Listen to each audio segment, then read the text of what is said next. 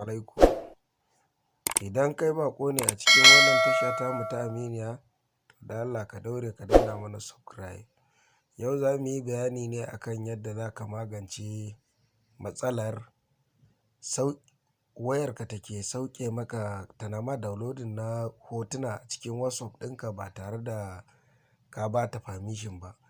So da yawa mutane suna son zama a cikin group, sai ka ga zaman da suke yi a cikin group suna so su zauna a wannan group ɗin, to amma akwai lokacin da za a tura bidiyo, hoto wanda bai dace a ce ka yi downloading ɗinsa ba ma, sai ka ga ya sauka a cikin wayarka. To wannan ita ce hanyar da za ka magance saukar wannan hotuna a cikin wayar taka. Misali, idan ka shiga cikin WhatsApp ɗinmu, muka shiga cikin WhatsApp ɗinmu, sai mu koma gefe ga alamar ɗigo guda uku. Akwai settings a wajen. Idan muka shiga settings, sai mu zo mu shiga cikin notification. Idan muka shiga notification, a wurin notification ɗin nan, ba a wajen notification ba. Idan muka shiga cikin storage and data, lokacin da muka shiga cikin storage and data, za mu ga wurin da aka rubuta when using mobile data. Wato ana nufin lokacin da ka buɗe data.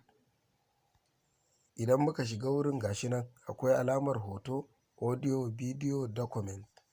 A nan ana nufin duk abin da ka yi makin a kansa lokacin da ka buɗe data, duk abin da aka turo a cikin group na cikin WhatsApp ɗinka, kawai zai iya yi maka automatic download.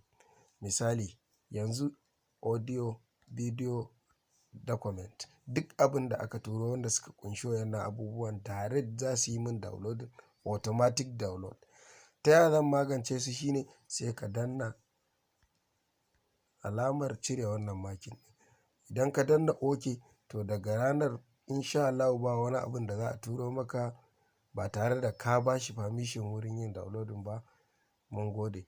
Da Allah ku dinga danna mana alamar liking, ta yadda za mu gane cewa abin yana ƙayatar da ku, domin gaba mu ma mu yi sabon shiri don koyar da jama'a. Mun gode.